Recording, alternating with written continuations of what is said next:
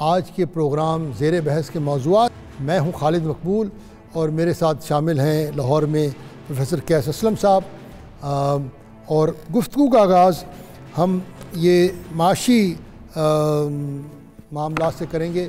Professor صاحب، میرا پہلا آپ سے سوال یہ ہے کہ کہا یہ جاتا ہے کہ دنیا میں جو معیشت ہے یہ سینٹیمنٹ اور ماحول پر چلتی ہے، اور ہم نے اس وقت یہ دیکھا ہے کہ پاکستان میں جو ایک اوپر کی سطح کا ماحول ہے اس میں فوج، عدلیہ اور حکومت ایک پیج پر ہیں.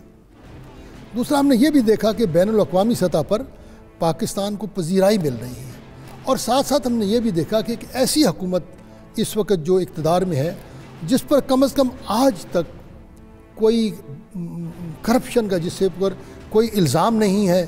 اور پچھلے دنوں سینیٹر بلی گریہم آئے تھے امریکہ سے، انہوں نے بھی یہ تسلیم کیا کہ ملک کے وزیر اعظم ملک کو ایک نئی ڈگر پہ لے جانا چاہتے ہیں. آپ سمجھتے ہیں یہ جو پاکستان کا سینٹیمنٹ ماحول ہے یہ ایسا ہے جس میں بیرونی ملکوں کو پاکستان میں سرمایہ کاری کرنے میں ایک کہہ لیں ان کو ایک انسینٹو ملے گا، اور ملکی سطح پر بھی کیا یہ معاشی ترقی کے لیے ایک بہتر ماحول ہے؟ دیکھیں، شکریہ بہت بہت. بات یہ ہے سر کہ ایک اکنامکس جو ہے وہ ایک دو دن کا ایشو نہیں ہوتا، اس میں پلیئرز بہت سارے ہیں. اس میں گورنمنٹ نے، فیڈرل گورنمنٹ نے پالیسی دینی ہے جس کے اوپر ہم ابھی میں واپس آتا ہوں جس پہ آپ نے سوال دیا. اس کے اوپر پروونشل گورنمنٹس جو ضروری نہیں کہ اسی پولیٹیکل پارٹی کی ہیں، ان کی اپنی جو کارکردگیاں ہیں. نیچے ایک ٹیئر ہے لوکل گورنمنٹ کا جو فعال ہی نہیں ہے. اس کے ساتھ پرائیویٹ سیکٹر جو سب سے امپورٹنٹ. میں کاٹنا چاہتا ہوں، میں آپ سے دوبارہ ڈائریکٹ سوال پوچھتا ہوں کہ جو ایک سینٹیمنٹ پاکستان میں بنا ہوا ہے کہ سب جو بڑی بڑی قوتیں ہیں پاکستان کی، ملٹری، جوڈیشری، گورنمنٹ ایک پیج پہ ہیں، انٹرنیشنل فورسز پاکستان کی سپورٹیو ہیں. ایک باہر کا آدمی جب انویسٹمنٹ کرنا چاہتا ہے اس کو یہ جو پاکستان کا ماحول ہے وہ اپنی انویسٹمنٹ کے لیے مثبت نظر آتا ہے کہ منفی نظر آتا ہے؟ مثبت نظر آتا ہے، پازیٹیو ہے. مگر میں جس طرح بات کر رہا تھا کہ آپ کا جو ادروائز اسپیشلی جو لیبر فورس ہے اس کا جو پروڈکٹیو نہ ہونا ٹھیک مسئلے ہیں وہ کرے گا. اس کے ہمارے جو انسٹیٹیوشنل ریفارمز آنے والے چاہیے ہم اس پہ آج کھل کے بات کریں گے. سو دا پوائنٹ از کہ گورنمنٹ اور یہ سارا ماحول تو شاید ڈائریکشن صحیح دے رہا ہو، ٹھیک ہے، مگر اس کے نیچے جو اسٹرکچرز ہیں، انسٹیٹیوشنز ہیں، ان کو جب تک نہیں اپ کریں گے.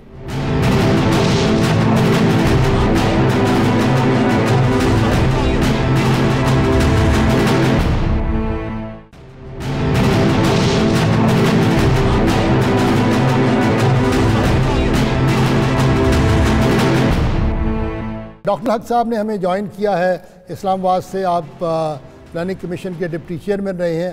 ویلکم ندیم صاحب. میں تھوڑا سا یہ اس سوال کا آخری حصہ آپ سے بھی پوچھوں گا کہ جو اس وقت پاکستان میں ایک ہم آہنگی نظر آ رہی ہے تمام پاورز کے درمیان، یہ دوسرے ملکوں کے لیے کیا ایک مثبت میسج ہے؟ اور دوسرا یہ بھی بتائیے کہ ہم بار بار جب کہتے ہیں کہ اس ملک میں خسارہ بڑا، بیرونی قرضہ جات بڑھے، اور ہم نے قرضے لے کے ترقیاتی کام کرنے شروع کیے جس سے خسارے اور قرضے میں اور اضافہ ہوا، اس کی ذمہ داری ہم کسی ایک حکومت میں ڈالیں یا یہ پہلے دن سے ہمارا وتیرہ رہا ہے؟ آپ نے بالکل ٹھیک کہا جنرل صاحب. یہ تو ایوب کے زمانے سے بات چلی آ رہی ہے. ہمارا جو ڈاکٹر محبوب الحق نے اور ہارورڈ ایڈوائزری گروپ نے جو ہمیں ماڈل دیا تھا، اس زمانے کی تھنکنگ یہ تھی کہ جی ہمیں باہر سے پیسہ لے کے پروجیکٹس لگانے ہیں اور اس سے ہم نے گروتھ کرنی ہے. انفارچونیٹلی دنیا بہت آگے نکل گئی. دنیا 200 سال آگے چلی گئی ہے، ہم 100 سال پیچھے چلے گئے کیونکہ ہم وہی نظام بار بار کر رہے ہیں. ہم قرضے لے کے کبھی میٹرو بناتے ہیں، کبھی بجلی بناتے ہیں، کبھی یہ بناتے ہیں. ہم نے کبھی نہیں سوچا کہ جو ہم چیزیں بناتے ہیں ان کو ہم کیسے یوز کریں. ہم فارن انویسٹر کے پیچھے بھاگتے ہیں، ہم کشکول لے کے پوری دنیا میں بھاگتے ہیں. یہ سب دقیانوسی باتیں ہیں. ہمارے گھر میں جو ہماری دولت ہے ہم خود نہیں بناتے. ہم فارن انویسٹر کے پیچھے کیوں بھاگتے ہیں جبکہ ہمارے اپنے انویسٹر کوئی انویسٹ نہیں کر رہے. ہمارا انویسٹمنٹ GDP ریشو 15% ہے. ہم لوگ خود انویسٹ نہیں کرنا چاہ رہے. تھوڑا سا مجھے یاد ہے، آج ہم اس پہ بات کریں گے بھی، اس میں تھوڑا سا بات کریں گے. میں ذرا تھوڑا سا سین کو سیٹ کر رہا ہوں. آپ کی اور آپ کے ہم علم سے فائدہ اٹھانا چاہتے ہیں، پروفیسر کیس کے علم سے بھی. تھوڑا سا ذرا میں آپ کو ایک اور بھی چیز آپ کے سامنے پیش کرنا چاہتا ہوں کہ پی ٹی آئی کی حکومت کا دعویٰ یہ ہے کہ ہم نے اکنامک ڈپلومسی کے ذریعے جو ایک دم ہم پر بڑھتا ہوا یہ بوجھ تھا خسارے کا، اور ہمارا یہ ڈر تھا $19 بلین کہاں سے آئیں گے، وہ کہتے ہیں جناب دیکھیے ہم نے دوست ملکوں کے ساتھ مذاکرات کے ذریعے سعودی سے بھی پیسہ آ گیا، یو ایس سے بھی آ گیا، چائنا نے بھی کہا کمٹ کریں گے، اسی طرح ملیشیا کہہ رہا ہے ہم انویسٹ کریں گے، جاپان کہہ رہا ہے ہم انویسٹمنٹ کریں گے. اگر پی ٹی آئی یہ کلیم کرتی ہے کہ ان کی اکنامک ڈپلومسی کی وجہ سے ایک فوری خطرہ ٹل گیا ہے اور حالات بہتری کی طرف جا رہے ہیں، کیا آپ اس بات کا کریڈٹ حکومت کو دینا چاہیں گے یا آپ کہیں گے کہ یہ کوئی بڑی اچھی ڈیولپمنٹ نہیں ہے؟ دیکھیے جی، ہر حکومت نے یہی کوشش کی ہے. زرداری صاحب آئے تھے، انہوں نے فرینڈز آف ڈیموکریٹک پاکستان بنائے تھے. نواز صاحب آئے تھے، وہ بھی سعودی عربیہ بھاگے تھے. اس سے پہلے بے نظیر بھٹو نے IPPs کیے تھے. اس سے پہلے نواز صاحب نے پھر بھیک مانگی تھی. تو ہر حکومت نے، مشرف صاحب نے بھی 9/11 کے بعد بڑی ماشاء اللہ گورنمنٹ نے بھی بڑی فریادیں کی تھیں، ری اسکیڈولنگ بھی ہمیں ملی تھی.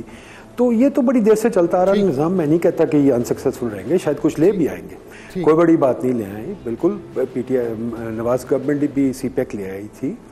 بات یہ کہ فورن ایڈ سے بنتا کچھ نہیں، ہم لے آتے ہیں، بنتا کیا ہے؟ ہمیں اپنا کام خود کرنا ہے. جنرل صاحب آپ خود سوچیں، اپنا کام خود کیے بغیر باپ بیٹے کو نہیں بنا سکتا، بیٹے کو بھی اپنا کام خود کرنا پڑتا ہے.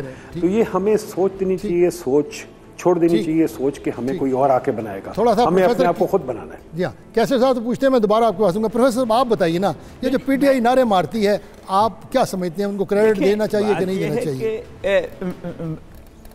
انٹرنیشنل ریلیشنز ہمارے دوست ملکوں سے اور بہتر کر دیں گے، اس کا کریڈٹ میں ان کو دے دوں گا. مجھے تو ابھی اس میں یہ بھی ایشو ہے کہ شاید جو IMF تھا وہ اسٹرکچرل ریفارمز کہ کہتا یا وہ اکنامک کوئی شرطیں لگاتا، شاید مشکل بھی ہوتی، مگر جو ان شہزادوں نے شرطیں لگائی ہیں وہ ہمیں نہیں پتہ. ٹھیک ہے. دوستی یاری میں میں نہیں مانتا کہ یہ صرف ماتھا چوم کے پیسے آتے ہیں. ٹھیک ہے. اتنے بلینز جب آئیں گے تو اس کو ہم نے کیا بیچا ہے؟ ٹھیک ہے. اپنے نیچرل ریسورسز بیچی ہیں، ٹھیک ہے، یا ہم نے کچھ نہ کچھ. لیکن پروفیسر صاحب عرض یہ ہے کہ آج کی دنیا میں بہت ساری چیزیں چھپی تو نہیں رہ سکتی، لیکن آپ کیا سمجھتے ہیں کہ یہ پس پردے کے پیچھے پاکستان نے کسی چیز کا سودا کیا ہے یا انہوں نے پاکستان کی اہمیت کو دیکھا ہے؟ سر انہوں نے، میرا یہ خیال ہے کہ ڈیموکریسی کی اہمیت کو دیکھا ہے. یہ دس از دا تھرڈ جنریشن ڈیموکریسی اور اس کنٹینیویشن آف ڈیموکریسی کو ٹرسٹ دی ہے. ٹھیک ہے. نیچرلی آئی ول ایگری کہ عمران خان کے اوپر جو کوئی لیبل نہیں ہے کرپشن کا، اس کو بھی ٹرسٹ دیا ہے. ٹھیک ہے. ٹھیک ہے. اس کے ساتھ ساتھ پاکستان کو بھی دیا ہوگا. پاکستان میں بہت کچھ ہے. میں اگری کر رہا ہوں ندیم الحق سے کہ ہم کیوں نہیں چیزوں کو استعمال کر کے بیچ سکتے. ٹھیک. میں ایک چھوٹی سی بات کہنا چاہتا ہوں کہ کیا ہم اپنے سونے کی کان اس تیل کے لیے دے رہے ہیں؟ جی ہاں. ٹھیک ہے. اگر تو دے رہے ہیں تو پھر بہت مہنگا ہے. درست ہے. وہ سونا شاید ساؤتھ افریقہ زیادہ اچھی طرح نکال سکتا ہوگا جو بجائے سعودی عرب. ٹھیک. تو یہ ایشوز ہیں. فیصل صاحب کہہ رہے ہیں کہ ڈومیسٹک اکانومی کو مضبوط کرنا چاہیے، اور انشاءاللہ ہم بریک کے بعد جب آئیں گے تو اسی موضوع بات کریں گے کہ جو پی ٹی آئی نے اس دفعہ منی بجٹ میں اپنی مقامی اکانومی کو بڑھانے کے لیے جو سہولتیں دی ہیں، کیا ان کی وجہ سے ہماری اکانومی اپنے پاؤں پہ کھڑے ہو سکے گی؟ بریک پہ چلتے ہیں اور بریک کے بعد ناظرین اس موضوع پہ گفتگو کریں گے.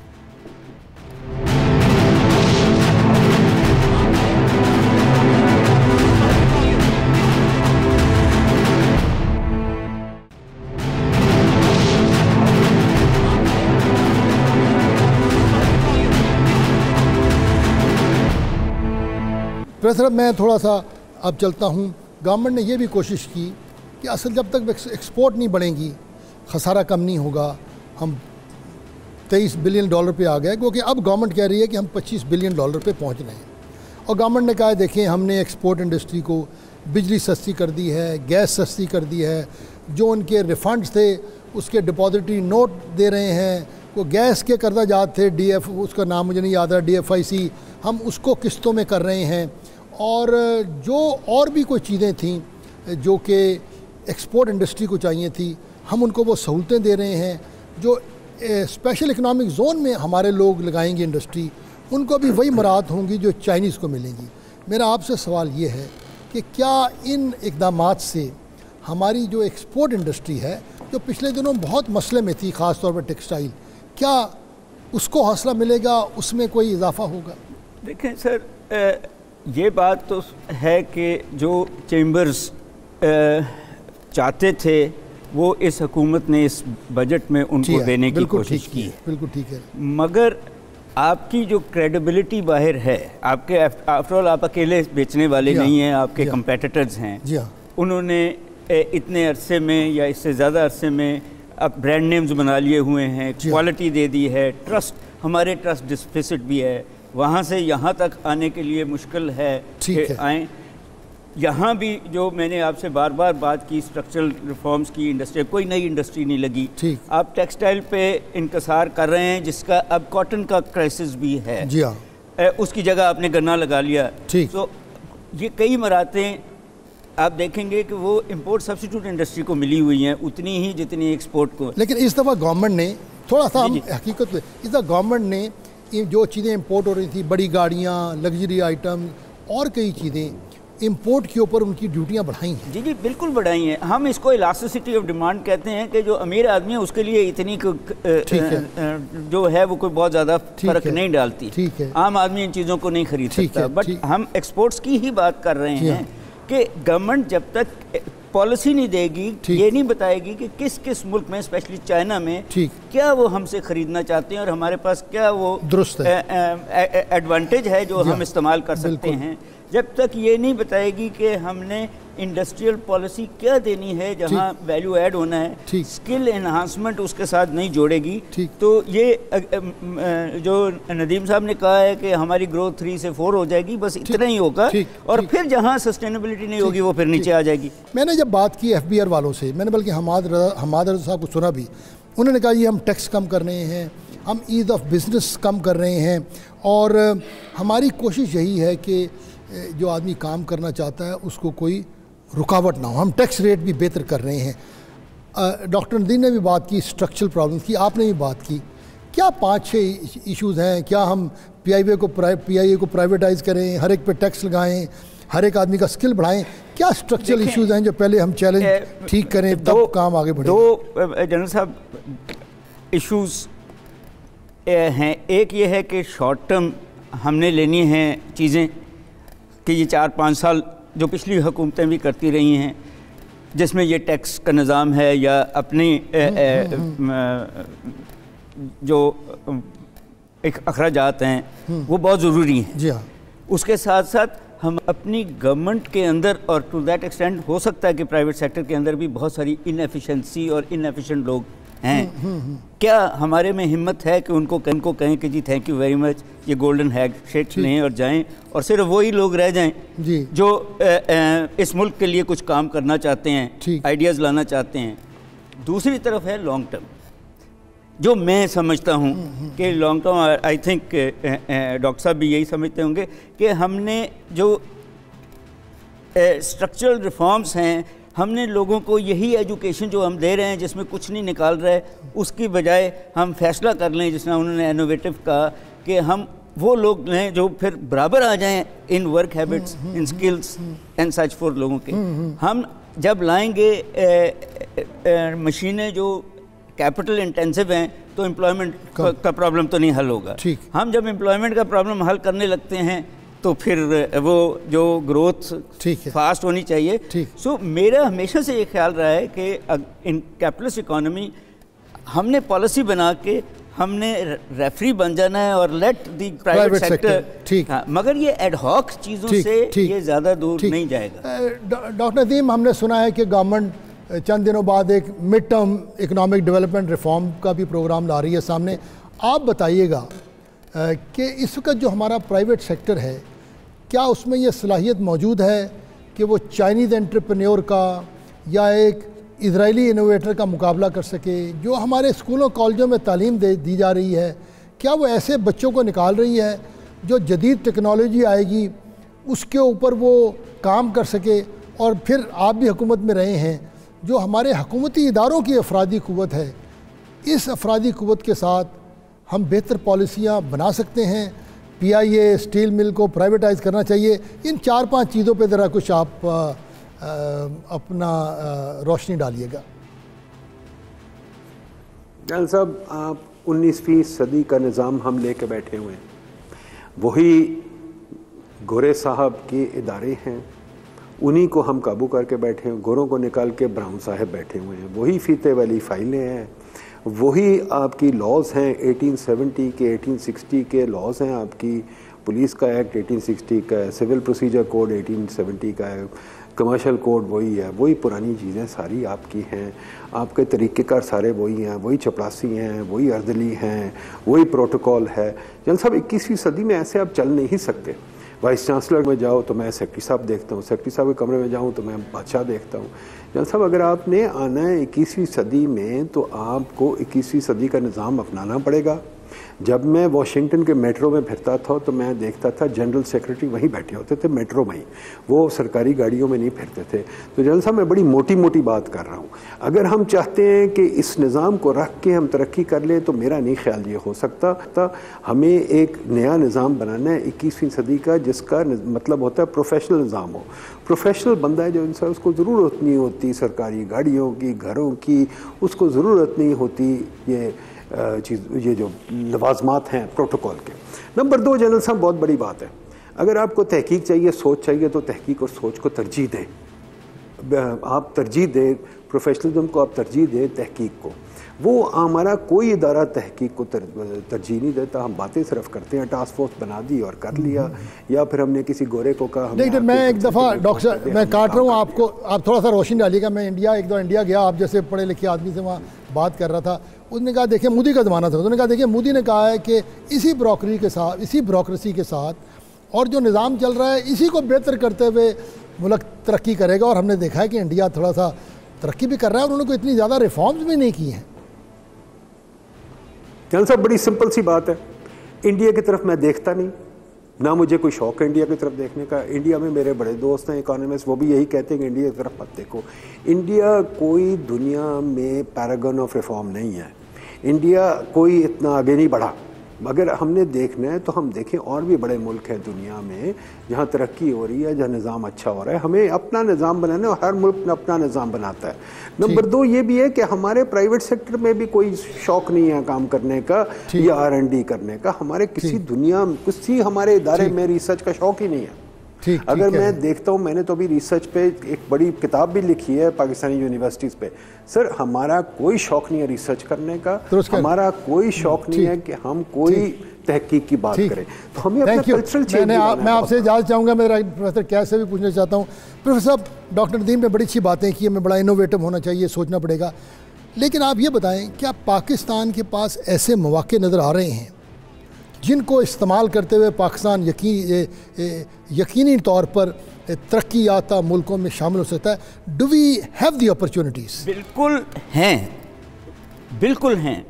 بات یہ ہے کہ وہ ملک کی جو سپیڈ ہے وہ بہت زیادہ ہے، وہ ایڈوانٹیجز لے چکے ہیں، مگر میں آپ کے جو سڈنلی خواتین نے بریک تھرو کیا ہے آپ کے ملک میں، درست ہے، اگر آپ ان کو سپورٹ دیتے جائیں ٹھیک ہے تو شاید وہ ان مردوں سے بہت آگے چلی جائیں۔ میں آپ کو صرف ایک ایگزامپل دینے لگا ہوں، 2015 میں نوبل پرائز پاکستانی عورت کو ملا، اکیڈمی ایوارڈ پاکستانی عورت کو ملا۔ مجھے کہا جا رہا ہے کہ پروگرام کا وقت بریک لینی ہے، اور اس کے ساتھ ہمارا 66% اب جی ڈی پی جو ہے وہ آیا ہے سروس سیکٹر سے، جو بات وہ کر رہے ہیں اس کو ایکسپورٹیبل بنائیں۔ ٹھیک ہے، تعلیم دیں، سافٹ ویئر میں آگے جائیں، ٹورزم کو بہتر کریں، کمپٹیشن کرنا پڑے گا، ٹورزم کلچر اس کو آگے دنیا میں لے کے جائیں۔ یہ سارے موقع ہیں، صرف کمپٹیشن کرنا پڑے گا۔ ڈاکٹر ندیم الحق، پروفیسر کیس، بہت شکریہ آپ کا، آپ نے بڑی مفید لوگوں کو سمجھائیں۔ ناظرین، بریک کی طرف چلیں گے، بریک کے بعد پھر ذکر کریں گے انشاءاللہ افغانستان میں جو امن مذاکرات چل رہے ہیں ان کا مستقبل ہمیں کیسا نظر آتا ہے۔ بریک پر چلتے ہیں۔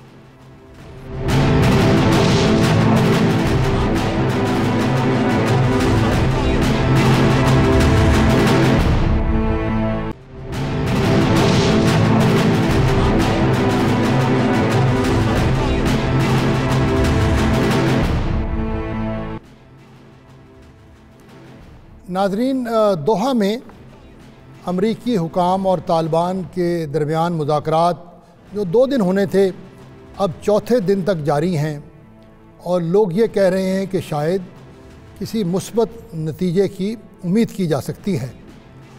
پاکستان پہلے دن سے یہ کہہ رہا تھا کہ افغانستان کا حل مذاکرات کے ذریعے ہے، ایسے مذاکرات جس میں افغانستان کی تمام طبقے شامل ہوں۔ یوں لگتا ہے کہ جو پاکستان نے جو سٹینڈ لیا تھا، جس پہ ہمیں بڑی مخالفت کا سامنا کرنا پڑا، وہ شاید سچ ثابت ہو رہا ہے۔ پاکستان نے اس مذاکرات میں اپنا مثبت کردار بھی ادا کیا، اور جتنا کچھ طالبان پر پاکستان کی طرف سے دباؤ کہہ لیں، مشورہ کہہ لیں، اس کی وجہ سے کسی حد تک طالبان نے مذاکرات پر ہمارے کہنے پر شرکت کی۔ کیا مذاکرات کا کوئی نتیجہ نزدیک ہے؟ طالبان کی شرطیں کیا ہوں گی؟ امریکہ کی شرائط کیا ہوں گی؟ کیا بغیر ساتھ ساتھ ہم یہ بھی دیکھ رہے ہیں کہ دونوں طرفین کی طرف سے لڑائی بھی شدت سے جاری ہے۔ پچھلے دنوں طالبان نے کوئی 126 افغان فوجی مارے، انہوں نے جواباً طالبان کے لیڈر مارے۔ تو کس مرحلے پر اور کس شرائط پر ہم سمجھتے ہیں کہ کوئی نتیجہ نکل سکتا ہے؟ ہمارے ساتھ موجود ہیں رحیم اللہ یوسف زئی صاحب، افغانستان، KPK اور پاکستان کی سیاست پر گہری نظر رکھتے ہیں۔ کیا کہیں گے رحیم اللہ یوسف زئی صاحب آپ اس مسئلے پر؟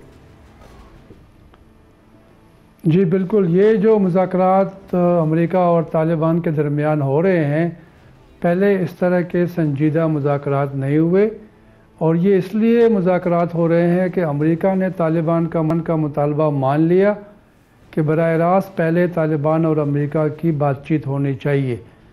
اور میرے خیال میں ایک اور وجہ یہ ہے کہ سارے فریق یہ سمجھتے ہیں کہ اس 18 سالہ جو جنگ ہے افغانستان کی، اس کا کوئی فوجی حل نہیں ہے، سیاسی حل نکالنا پڑے گا، اور اس کے لیے مذاکرات ضروری ہیں۔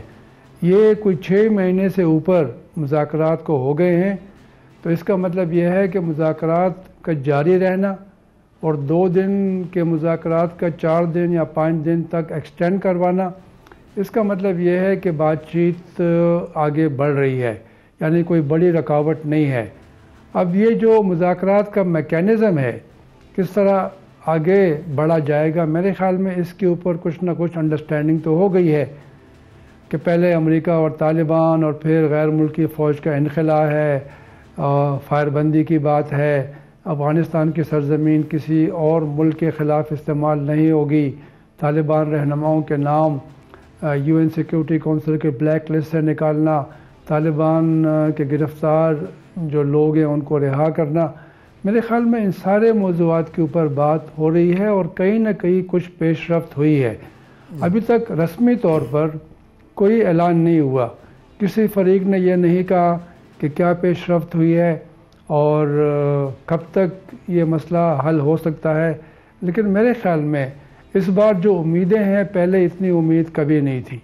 ٹھیک، تو یہ بھی بتائیے گا رحیم اللہ یوسف زئی صاحب، میں نے کل ہی پڑھا کہ چائنیز ایمبیسڈر جو پاکستان میں ہیں انہوں نے یہ کہا کہ ہم طالبان کو ایک سیاسی قوت مانتے ہیں۔ طالبان کا مشن پچھلے دنوں ایران بھی گیا، اور ایران نے کہا ہم بھی طالبان میں امن کے حامی ہیں۔ آپ سمجھتے ہیں کسی موقع پر امریکہ کو یہ ماننا پڑے گا کہ افغانستان میں امن کے لیے جو خطے کے دوسرے ملک ہیں ان کو بھی مذاکرات میں شامل ہونا پڑے گا؟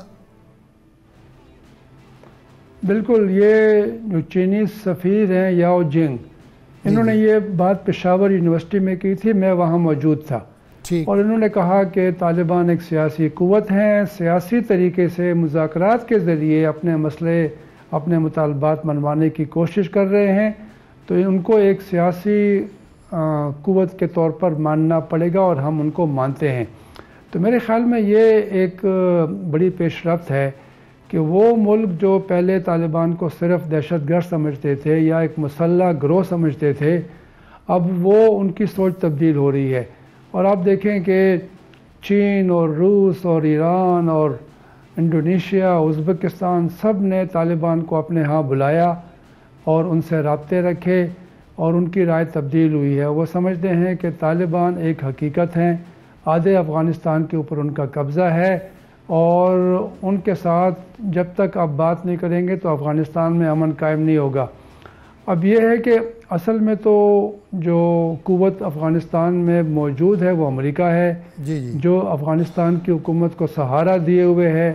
$5.2 بلین امریکہ اور اس کے ساتھی، اس کے اتحادی، وہ افغانستان کی سیکیورٹی فورسز کو دیتے ہیں۔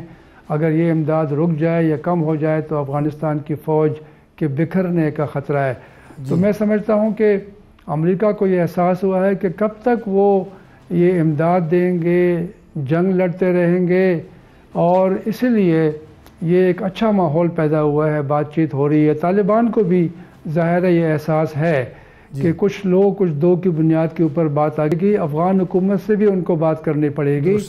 اور یہ ہے کہ یہ بتائیں کہ جب دوسرے ملک شامل ہوں گے، جی ہاں رحیم اللہ صاحب، تو جب دوسرے ملک شامل ہوں گے جیسے سعودی عربیہ ہے، UAE ہے، چائنا ہے، تو کیا آپ سمجھتے ہیں کہ ان ملکوں کی وجہ سے طالبان کے رویوں میں بھی ایک مثبت تبدیلی آئے گی اور وہ تھوڑا سا جنگ سے ہٹ کر ایک ایسا نظام کی طرف چلنے کی کوشش کریں گے جس میں افغان کے تمام طبقے رضامند ہوں گے؟ کیونکہ یاد رکھیے گا کہ 1996 کے بعد کا افغانستان جو ہے وہ 1996 سے بہت بدل چکا ہوا ہے، اور طالبان کو بھی یہ احساس ہونا چاہیے کہ وہ پرانے طریقوں سے حکومت نہیں چلا سکتے۔ دیکھیں جی، جتنے زیادہ ملک طالبان سے رابطہ قائم کرتے ہیں اور ان کو اپنے ہاں بلاتے ہیں، اس کا مطلب یہ ہے کہ ان کا اثر طالبان کے اوپر پڑتا ہے، اور تقریباً سارے ملک طالبان سے کہہ رہے ہیں کہ آپ ایک سیاسی تنظیم کے طور پر کام کریں اور جنگ کا خاتمہ ہونا چاہیے، اور آپ کو اپنی سوچ تبدیل کرنی پڑے گی۔ میرے خیال میں طالبان کے کچھ لوگوں کو یہ احساس ہے کہ افغانستان بھی تبدیل ہو گیا ہے، اور ابھی وہاں پہ جمہوریت ہے جیسی بھی ہے، 6 بار انتخابات ہو چکے ہیں، پارلیمنٹ کافی مضبوط ہے، اور میڈیا، سول سوسائٹی، یہ سب کچھ ہے۔ طالبان میں بھی جو نئے سوچ کے لوگ آئے ہیں، نوجوان لوگ آئے ہیں، میرے خیال میں وہ کافی تعلیم یافتہ ہیں اور کافی ٹیکنالوجی کو اور دنیا کے حالات کو سمجھتے ہیں، تو ان کو بھی ظاہر ہے یہ ضرورت آن پڑی ہے۔ جی بالکل۔ تھوڑا سا ہم اپنے ملک کی طرف آتے ہیں۔ اس وقت بظاہراً تو یوں لگ رہا ہے کہ تمام سیاسی پارٹیاں، جو حزب اختلاف کی پارٹیاں ہیں، وہ حکومت کے خلاف کھڑی ہیں، اور حکومت شاید کسی دباؤ میں نظر آتی ہے۔ لیکن پچھلے دنوں جو 2 دن پہلے حکومت نے جو ایک ریفارم بل یا منی بجٹ دیا، اس کی عمومی طور پر بزنس کے طبقوں میں پاکستان میں پذیرائی ہوئی ہے۔ میں خود بھی سمجھتا ہوں اس سے پاکستان کی اکانومی بہتر ہوگی۔ آپ سمجھتے ہیں آنے والے دنوں میں PTI کی حکومت جو ہے وہ اس سیاسی دباؤ سے نکل کر اپنے ایجنڈے کو لوگوں کے سامنے لا کر اپنی مقبولیت کو بحال کرے گی، یا آنے والے دن جو ہیں وہ حزب اختلاف کے ہوں گے؟ یاد رکھیے گا حزب اختلاف پر اس وقت بہت سارے مقدمات بھی ہیں، تو پاکستان کا سیاسی جو ماحول ہے اس کو آنے والے دنوں میں آپ کیسے دیکھتے ہیں؟ کیونکہ میرے خیال میں یقیناً جب ساری سیاسی جماعتیں حزب اختلاف کے لوگ اکٹھے ہوں گے تو حکومت کے اوپر دباؤ تو آئے گا، لیکن یہ حکومت دباؤ کو برداشت کر رہی ہے، یعنی اپنے جو ان کا اصلاحاتی ایجنڈا ہے اس کے اوپر عمل درآمد کر رہی ہے، اور ایسی پالیسیاں لے کے آ رہی ہیں جس طرح آپ نے کہا پذیرائی بھی ہو رہی ہے۔ اس کا اگر فائدہ ہوگا تو حکومت کے اوپر دباؤ کم بھی ہو جائے گا۔ حکومت کو میرے خیال میں یہ احساس ہے کہ ان کے پاس ایک مینڈیٹ ہے، ان کا جو ریفارمز کا ایجنڈا ہے، اور لوگ چاہتے ہیں کہ اس کے اوپر عمل درآمد ہو، اور حزب اختلاف کی جماعتیں جو ہیں ظاہر ہے وہ بہت جلد کر رہی ہیں، نہیں جلد بازی کر رہی ہیں۔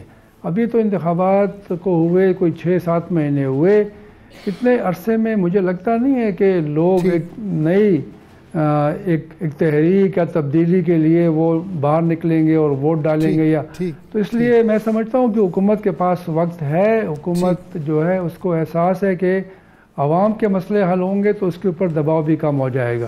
دیکھیے لیکن ایک عجیب تضاد بھی نظر آتا ہے رحیم اللہ صاحب کہ پی ٹی آئی کی حکومت ہے، میں اندرونی معاملات تو نہیں جانتا، لیکن بظاہراً انہوں نے یہ دعویٰ کیا ہے کہ ان کے اوپر کرپشن کا کوئی داغ نہیں، اگر کسی پہ کوئی کرپشن کا الزام ہوتا ہے، خواہ وہ عمران خان صاحب کی ہمشیرہ ہوں یا بابر اعوان صاحب ہوں، ان کو کورٹ کا سامنا کرنا پڑتا ہے۔ دوسری طرف دونوں جو حزب اختلاف پارٹیاں ہیں ان کے لیڈروں پر بڑے بڑے کرپشن کے الزامات ہیں، لیکن یوں لگتا ہے کہ ہماری عوام جو ہے وہ کرپشن کے الزامات کو اتنی وقت یا فوقیت نہیں دیتی، وہ زیادہ یہ دیکھتی ہے کہ اس کا اپنا بھلا کس کی طرف سے ہوتا ہے۔ تو کیا پی ٹی آئی اپنے ایجنڈے کو لوگوں کو بیچ سکے گی، لوگوں کو اپنے ایجنڈے پہ راضی کر سکے گی؟ میرے خیال میں احتساب کا جو نعرہ ہے وہ ابھی تک اس میں جان ہے، یعنی ایسا نہیں ہے کہ لوگ احتساب نہیں مانگتے، لوگ چاہتے ہیں کہ حساب کتاب ہونا چاہیے۔